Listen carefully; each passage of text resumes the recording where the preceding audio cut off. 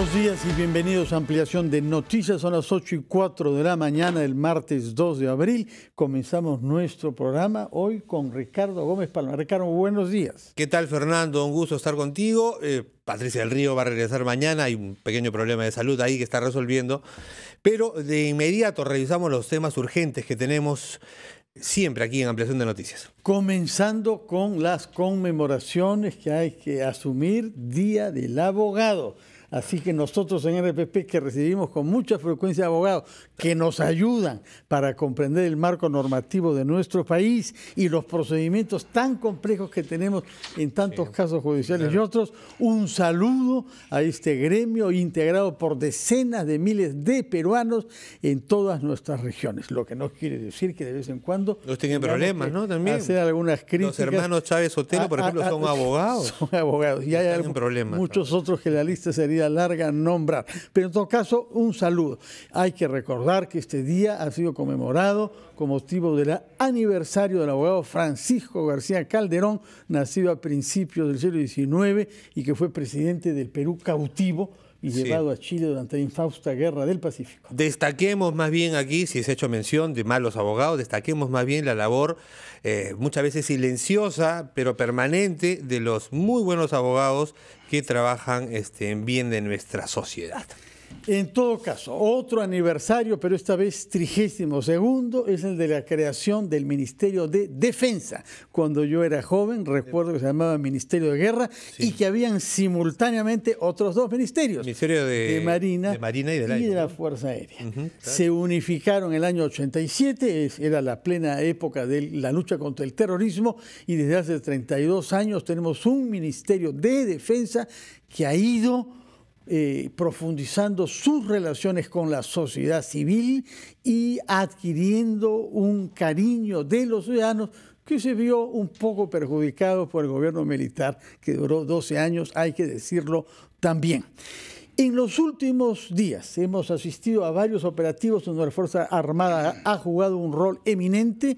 Uno de ellos, naturalmente, ayudar a la población civil durante desastres naturales, pero otro es el de la Pampa, en Madre de Dios. La lucha contra la minería informal. De largo plazo. Hemos invitado por estas razones para hablar de estos dos temas, pero también de los otros temas pendientes de la agenda defensa, al ministro de este sector, que además, tengo entendido, cumple un año en el cargo. Así que felicitaciones, señor general Huerta. Muchas gracias por estar acá. Un año como ministro de Defensa y general de división en situación de retiro, José Huerta. Comencemos por el tema de la Pampa, porque usted dijo de una manera muy enfática, hemos venido acá para quedarnos, por lo menos hasta el año 21. Díganos, por favor, después de los primeros días, que fueron muy espectaculares, ¿cuál es el dispositivo que se ha desplegado? ¿Cuánto se ha avanzado para combatir a la minería ilegal, la deforestación y un cortejo de consecuencias lamentables que se venían produciendo ahí, entre ellas la trata de personas? Claro que sí, con todo gusto. En primer lugar, muchas gracias, Fernando, Ricardo, por la cordial invitación. Me sumo al saludo a los abogados que están de aniversario el día de hoy. Efectivamente, el día de ayer, el Ministerio de Defensa ha cumplido 32 años de existencia. Como ya lo ha comentado Fernando, existían 3 ministerios, se fusionaron en uno solo. Y después de estos 32 años nos encuentra a un Ministerio de Defensa sumergido en varias tareas que tiene que ejecutar al mismo tiempo. Y son las propias tareas que la Constitución impone a las Fuerzas Armadas. Garantizar la independencia, la seguridad y la integridad de la República es uno de los temas de la Constitución.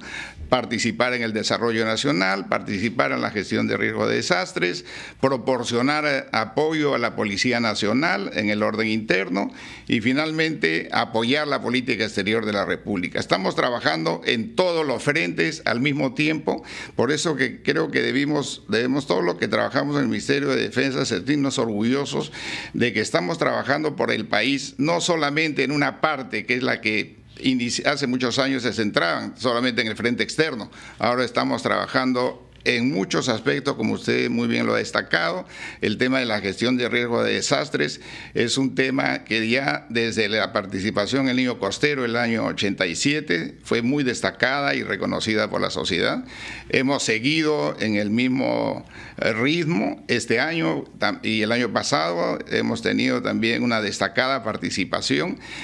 Tenemos lecciones aprendidas porque cada año vamos mejorando, mejorando nuestra organización, nuestro proceso, nuestros protocolos, y creo que la sociedad, como bien lo ha dicho usted, Fernando, reconoce el trabajo de nuestras Fuerzas Armadas y lo manifiesta a través del cariño que sienten por los soldados en todas estas tareas. Y no solamente quería que nos detengamos en ese tema, ministro, quería más bien aprovechar para destacar, porque nosotros acompañamos el trabajo que desarrollaron las Fuerzas Armadas en el fenómeno del niño del 2017, y no solamente van en el cumplimiento de su deber, sino hemos visto que van mucho más allá, arriesgando su vida en condiciones críticas para precisamente prestar ayuda a la población. Y eso ha servido más bien para una tarea que a veces se presenta difícil, ¿no? Recuperar ese lazo que tiene que existir entre Fuerzas Armadas y la población civil, ¿no? El pueblo con uniforme son las Fuerzas Armadas. Así es, ¿no? Exactamente. Es una frase que no debemos de olvidarla. Las Fuerzas Armadas es el pueblo uniformado, porque las Fuerzas Armadas se nutren del pueblo. Son los jóvenes que hay que admirar, que jóvenes de 18 años ofrecen 2 años de su vida al servicio de la patria, prácticamente a cambio de nada, solamente por el hecho de querer servir a la patria y de esa manera demostrar el cariño que le tienen al país que los vio nacer. Hay unos programas que más bien promueven la participación de los jóvenes en este servicio militar voluntario, porque ahora hay precisamente formación, capacitación técnica para que ellos luego puedan desempeñarse en la actividad laboral civil. Efectivamente, estamos tratando justamente de generar mayores incentivos a esta gente joven para que pueda ingresar a fila, porque como ustedes saben, el servicio militar ya desde hace muchos años es de carácter voluntario. Y nosotros estamos ofreciendo becas, posibilidades de estudio. Tenemos recientemente algo que es muy novedoso, pero creo que muy útil para los jóvenes, porque van a tener la oportunidad, y ya la tienen, ya hemos sacado dos promociones del Instituto Superior Tecnológico de las Fuerzas Armadas, que es un instituto que tiene 12 carreras, a las cuales pueden acceder todos los licenciados, todos los que han cumplido 2 años de servicio militar, previo examen de admisión, ingresan y durante 3 años son formados gratuitamente por el Estado y salen con una carrera que les permita insertarse en la actividad laboral del país, pero también salen preparados para formar sus propias empresas, ¿no? Entonces, de esa manera, nosotros estamos colaborando con estos muchachos que creo que deben merecer el reconocimiento de toda la sociedad, y así la tienen. Y yo me lleno de orgullo de decir que en la última encuesta que hemos visto, ya hace unos 3 meses, si no me equivoco, le hicieron una pregunta a los peruanos y dijeron cuáles son las instituciones en las cuales tienen mayor grado de confianza. Y las Fuerzas Armadas ocuparon el primer lugar.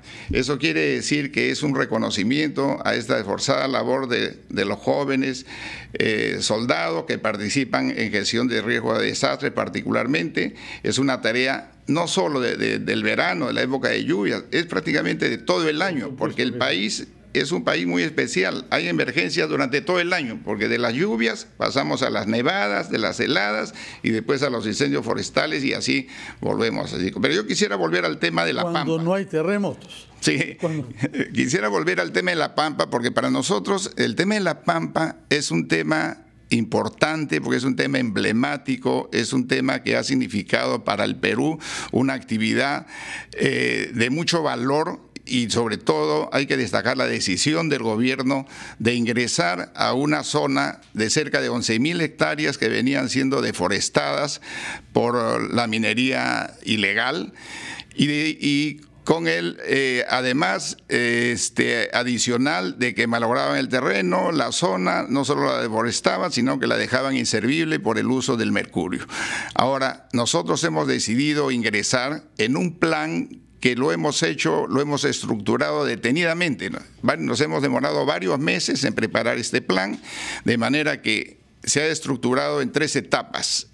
Tiene 3 fases. La primera fase, que era la fase de intervención, que ya culminó, duró 14 días, estuvo a cargo de la policía básicamente con el apoyo de las Fuerzas Armadas y tenía la finalidad de ingresar a la zona y capturar a los líderes de estas especies de bandas que actúan internamente. Esos 14 días ya pasaron y a partir del 5 de marzo hemos pasado a la segunda etapa, que es la etapa de consolidación. Acá ha habido un enroque.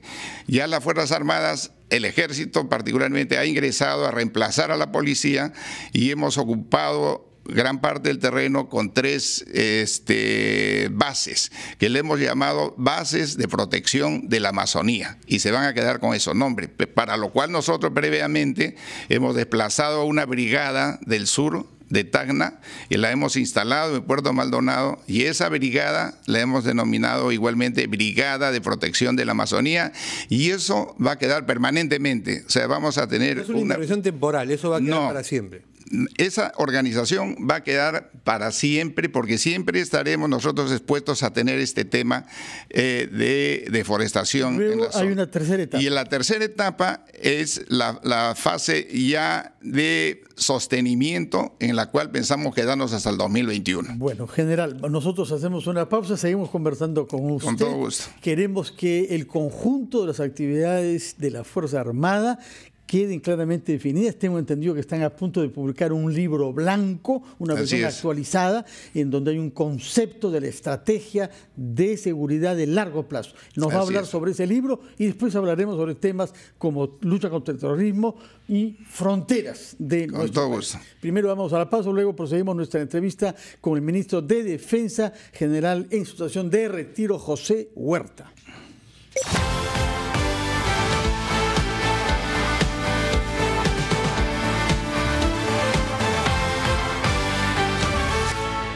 Son las 8:19, estamos entrevistando al ministro de Defensa, general José Huerta, un día después del 32º aniversario de la creación de ese ministerio. Nos ha hablado la intervención de la Fuerza Armada en La Pampa, en Madre de Dios, y antes de hablar sobre otros temas importantes como es el BRAEM y las fronteras, queríamos que nos hable sobre este libro en preparación, libro blanco, en donde quedará definido en un concepto nuevo de lo que es la seguridad nacional del Perú. Claro, con todo gusto, pero permítame, Fernando, terminar la fase esta que quería decir de sostenimiento en La Pampa. Nos vamos a quedar todo el gobierno del presidente Vizcarra con la tarea de evitar que regresen otra vez a la zona a ocupar estos mineros ilegales y continuar con la destrucción de maquinaria que han dejado en la zona abandonada, pero también iniciaremos un proceso de reforestación de la zona y otros proyectos donde intervienen ya otros sectores también como agricultura, ambiente. Claro que sí. Ministro, perdóneme que lo interrumpe, tenemos un contacto telefónico, está hablando el presidente de la República y vamos a dar difusión a sus declaraciones.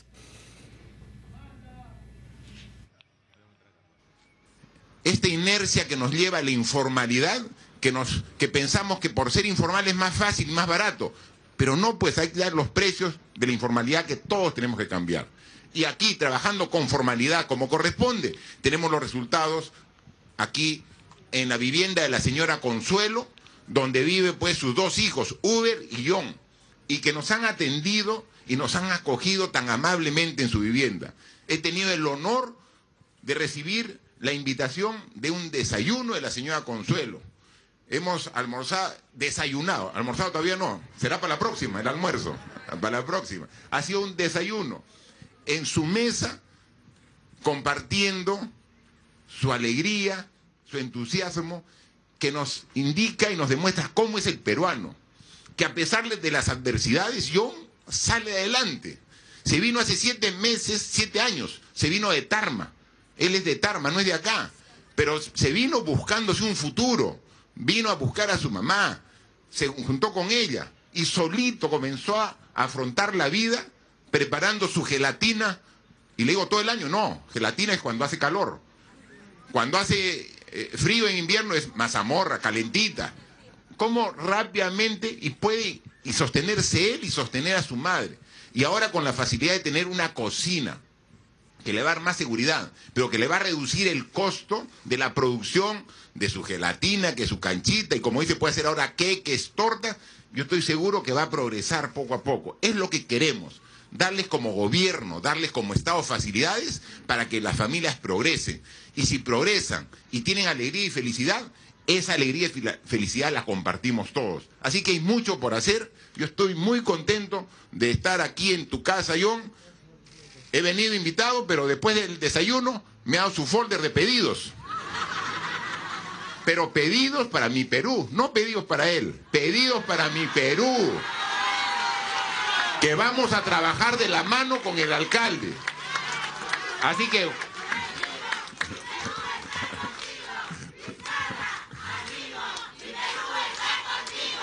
Gracias, gracias. Y esa solidaridad de los peruanos, de que miren, seguramente ustedes todavía no tienen gas, pero están contentos y alegres porque John ya tiene. Y pronto llegará a sus domicilios, pronto llegará también a sus domicilios. Esa solidaridad que comparten con John también la tiene con ustedes pidiendo obras para su distrito. Y vamos a trabajar acá con William Santamaría, el alcalde, para ver cómo podemos mejorar poco a poco. Muchas gracias, como le decía John hace un momento, no me puedo quedar mucho rato porque aquí nos vamos, ¿a dónde?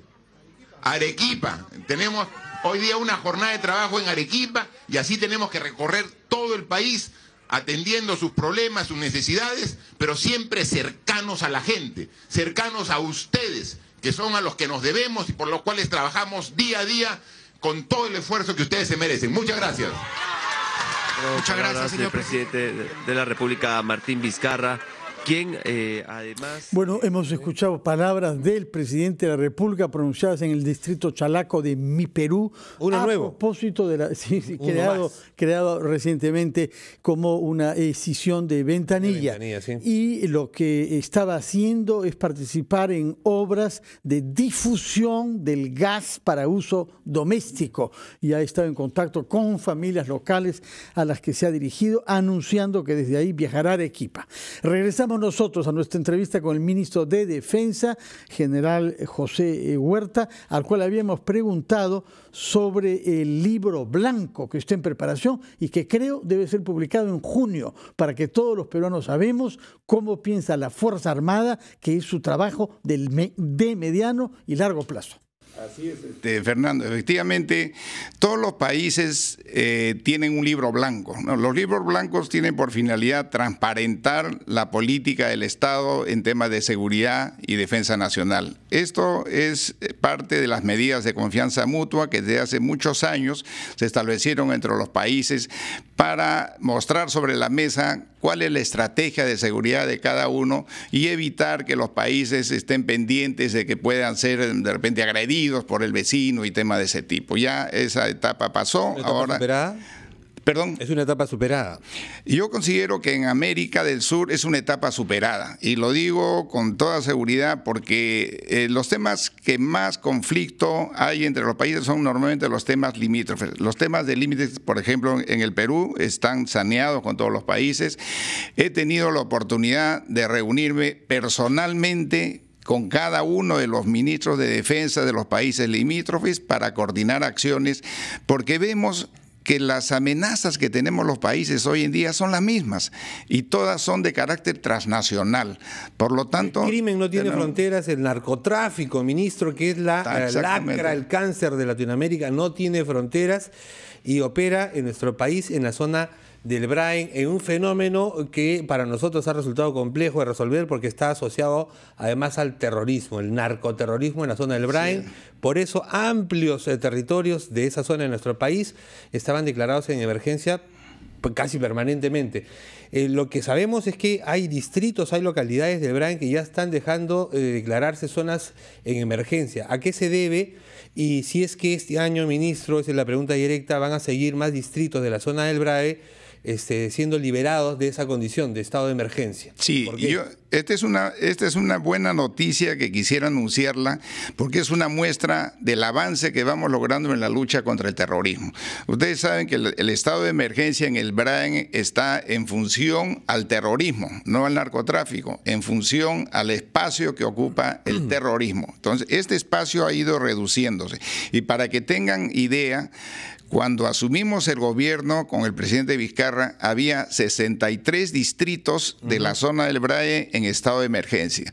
En el último estado de emergencia, que hace pocos días se ha promulgado, hemos reducido a 34 distritos. Es un avance bastante significativo. Quiere decir que la zona en conflicto se va estrechando, porque la zona donde están estos hermanos Quispe Palomino ya prácticamente están encapsulados en la zona de Vizcatán. Por eso que la zona alrededor ya está en estado normal de derecho y la población puede hacer sus actividades totalmente normales. Y nosotros hemos considerado que es necesario poner en estado normal de derecho para que todos los alcaldes distritales, provinciales puedan desarrollar sus actividades de forma normal, pueda desarrollar la zona, se pueda llevar apoyo y pueda darse a entender a la población de la zona que estamos logrando avances significativos en la lucha contra el terrorismo.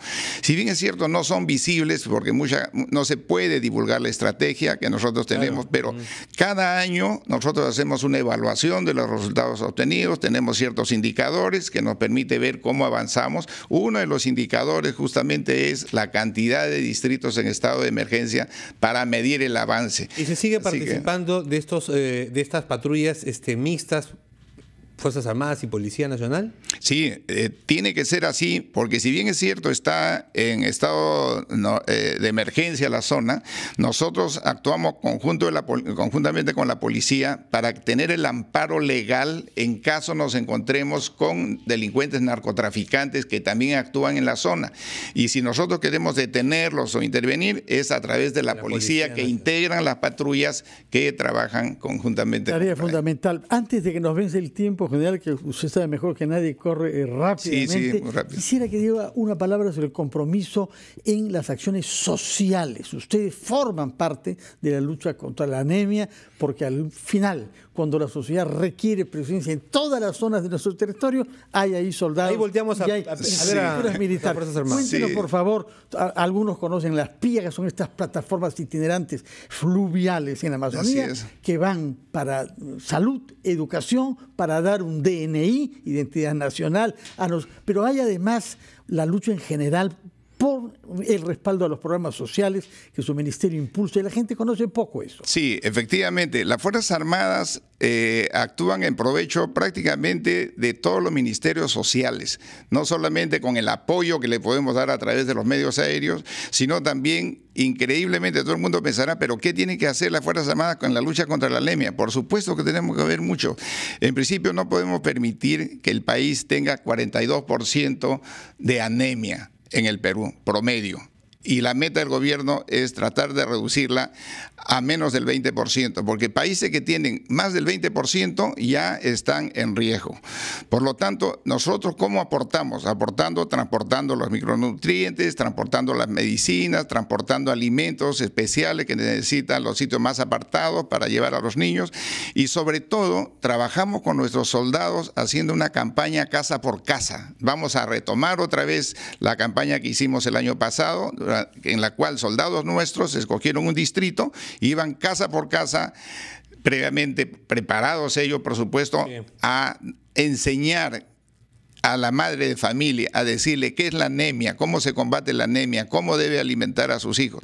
Y esta es una tarea reconfortante, porque los jóvenes soldados la hacen con el mayor de los gustos, porque saben que están contribuyendo con la juventud peruana, que no puede tener esos niveles de anemia, pero es una meta del gobierno reducir el nivel tan alto de anemia que existe en el Perú. Muchas gracias, general, por haber estado acá presente para conmemorar este 32º aniversario y para darnos cuenta de la acción que la Fuerza Armada Peruana hace en la selva, contra el terrorismo por encima de todo, por la defensa de la seguridad en nuestras fronteras y también en relación a estos programas sociales que usted ha subrayado. Gracias por esta primicia que nos ha dado sobre distritos liberados en el BRAEM y la promesa que está implícita de hacer lo posible por castigar y detener a esos enemigos del país que son los hermanos Quispe, Palomino y sus secuaces. Al mismo tiempo, tomamos nota de lo que nos ha dicho sobre el compromiso social y la lucha contra la anemia. Y rapidito, ministro, la última, la del estribo. ¿Qué ha pasado con este programa de oficiales de reserva que llevaban adelante? Congresistas de la República eran oficiales de reserva del ejército peruano. ¿Sigue en marcha? Por supuesto, el año pasado se ha graduado una nueva promoción.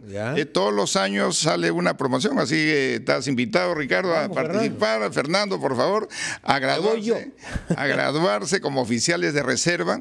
Hay muchos congresistas, entre ellos hay de todo tipo de profesionales. María Gugulín estaba también. Sí, claro, es de la primera promoción, ¿no?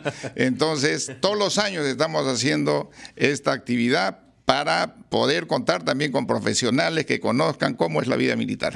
Muchísimas gracias y transmita nuestros saludos a todos los miembros de las Fuerzas Armadas con motivo del aniversario de la fundación del Ministerio de Defensa del Perú. Muy buenos días, general. Gracias. Son las 8:32, un cierto sobregiro de tiempo, pausa de la media hora y regresamos a ampliación de noticias.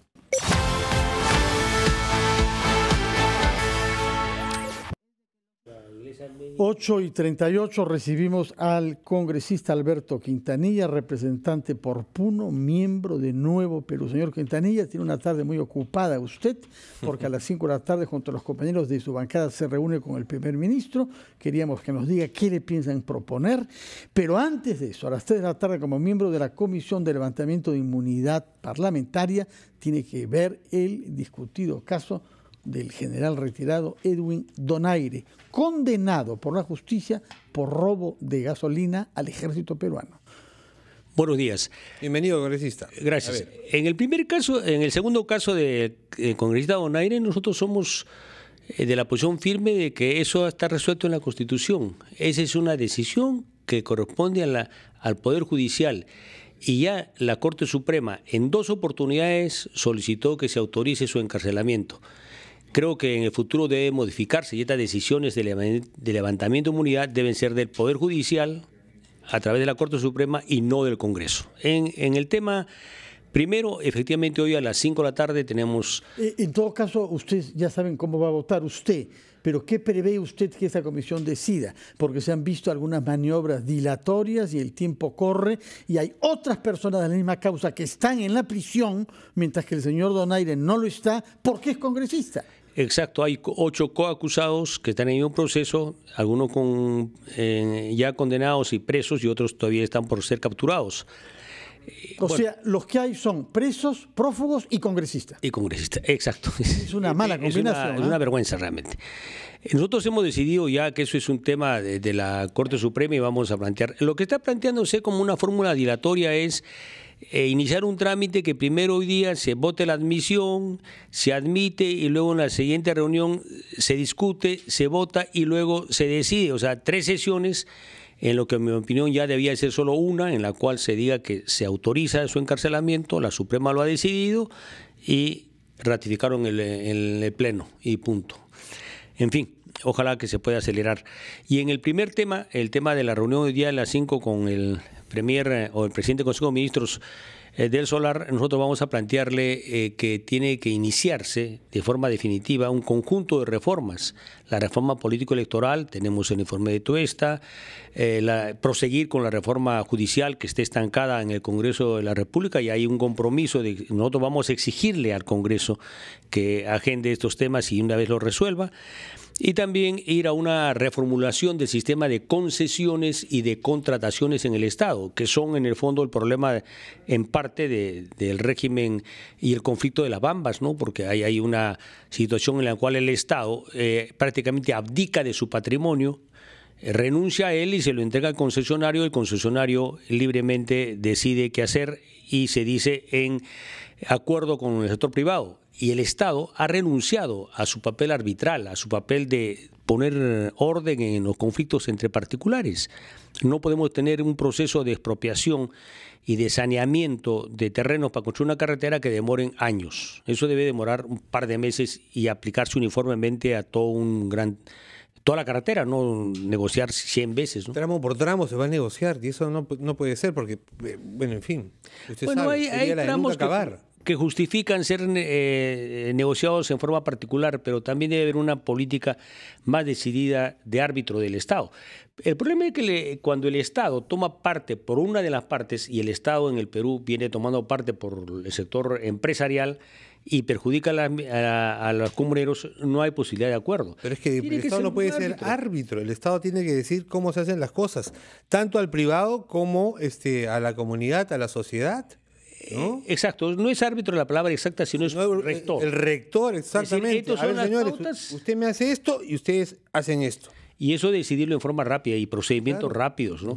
Esa renuncia a hacer ese papel rector hace que pónganse de acuerdo y no se van a poner nunca de acuerdo. Congresista Quintanilla, el otro tema que nos importa conversar con usted es el de la práctica de las semanas de representación. Usted es puneño, usted viaja a su zona de elección y queremos saber qué propone Nuevo Perú, no solamente para que se sancione, sino para que se acabe con este régimen que manifiestamente ha abierto brechas por el cual ha habido corrupción de algunos de sus colegas. Un ex compañero suyo, el señor Castro, calcula que hay más de 100 congresistas que han tenido prácticas indebidas del uso de estos recursos públicos.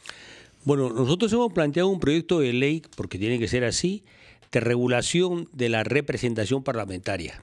Y ahí nosotros creemos que debe haber, primero, es obligación de los congresistas tener contacto con sus electores. Y no debía haber, digamos, una semana especial, sino debía obligarse que haya una relación continua. Y ahí una modificación es que no concentremos en una semana, sino, digamos, el congresista tendrá que ir 10 días al mes a su jurisdicción. O sea, uno puede aprovechar del viernes hasta el lunes, que generalmente el viernes no hay funciones de comisiones y el lunes tampoco, el fin de semana, porque ciertamente, digamos, hay, en el caso de Puno, por ejemplo, varias ciudades o pueblos que tienen actividad social y empresarial los días sábados y domingos, porque somos un departamento ferial donde hay ferias. En segundo lugar, es un bono adicional por cumplir una función nos parece inadecuado. Eso debería eliminarse y si plantean, y si alguien lo plantea, un aumento de remuneraciones que se discuta abiertamente y con transparencia y empecemos por discutir el incremento de remuneraciones para todo el país. O sea, tampoco podemos decir no hay que pronunciar sobre la remuneración mínima vital, sobre el aumento de los trabajadores, sobre la solución de conflictos, etcétera, etcétera. Creo que hay que ir a un sinceramiento. Hay que mantener la obligación de ir a provincias sin que haya una semana específica de paralización del Congreso, sino buscar una forma más adecuada. 2 días, una semana, 3 días otra. Podría ser, digamos, de los 4 fines de semana que estén 3 o 2 y que sumen. O representar en Lima, como los de Lima pueden representar en alguna provincia. Eso me parece adecuado, ¿no? Pero, digamos, de todas maneras, decir... El bono, porque, perdón que lo interrumpa porque el tiempo nos gana, el tema de mantener el bono de 2.800 soles es lo que no ha quedado claro. ¿Se mantiene o no se mantiene? ¿Qué piensa usted? Yo planteo que eso se elimine y que esté dentro de la remuneración, no que eso se incluya en la remuneración, ya está la remuneración pagada por la función. Es igual que a un maestro le pagan 2.500 soles por enseñar y le van a pagar por tener clases de laboratorio adicional. No me parece. Una última pregunta de mi parte. El caso Moisés Mamani, que es paisano suyo, puneño, y cuyo proceso en el Parlamento está un poco más avanzado, pero no definido. ¿Qué es lo que recomienda usted? No, el Congreso ya lo suspendió en la Comisión de Ética, el Congreso, el Pleno ratificó, ahora está en manos del Poder Judicial, y lo que va a tener que venir cuando haya sentencia es ya simplemente el ratificar de que debe ser encarcelado, ¿no? Si va a regresar a ustedes para que le levante la inmunidad parlamentaria. No, ya está levantada la inmunidad. Se le ha levantado la inmunidad ya y se le ha sancionado en ética ya. Las dos cosas que prácticamente lo único que tenemos es que, bueno, ya no tenemos que hacer prácticamente nada, eso está en manos del Poder Judicial, el Poder Judicial acelere el proceso y lo sentencia, ¿no? Bueno, muchísimas gracias, congresista Alberto Quintanilla, por explicarnos estos 4 temas. Reunión con el primer ministro hoy a las 5, sesión de la Comisión de Levantamiento de Inmunidades Parlamentarias a las 3 y sus propuestas para que se acabe este lamentable mal ejemplo que recibimos de algunos congresistas que usufructan dinero del que no tienen justificación en sus semanas de representación en el Congreso. Muchas gracias y buenos días, congresista Alberto Quintanilla. Hacemos una pausa y regresamos a Noticias.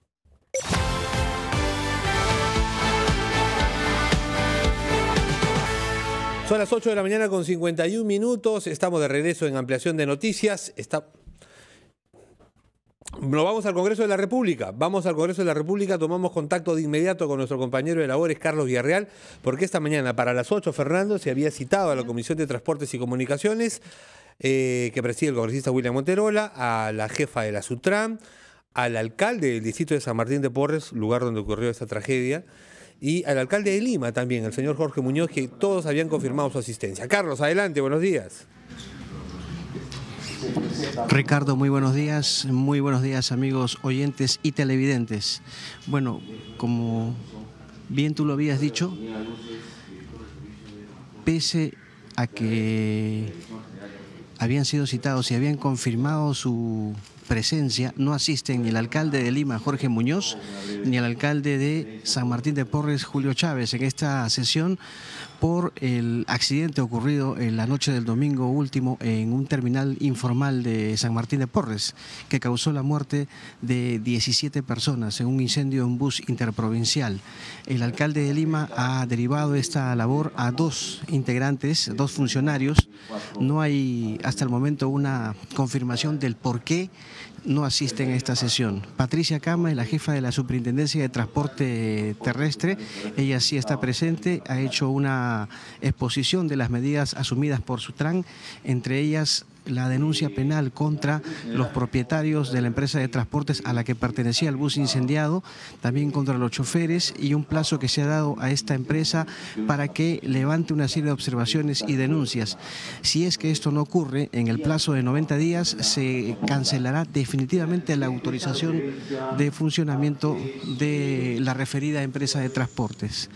También ha manifestado que se está realizando constantes campañas de concientización con el fin de hacer ver a la gente los riesgos de adoptar por el transporte informal de pasajeros.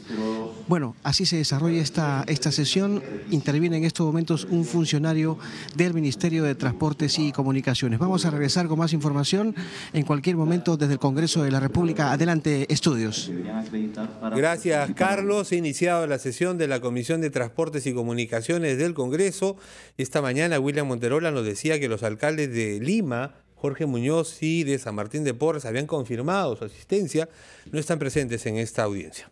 Bueno, tomamos nota de eso y buscaremos comprender por qué no están presentes. Por lo pronto, el que sí está presente acá es el presidente de un gremio de transportistas interprovinciales, el señor Wilder Ambía, cuyo gremio asocia a 60 empresas transportistas, entre ellas la empresa Saji, que ha dado lugar a esta tragedia. ¿Cómo es posible que una empresa de su gremio opere en un canchón ilegal? Señor Ambía, explíquenos eso. Bien, buenos días. Ante todo, un saludo a su distinguido público. Gracias.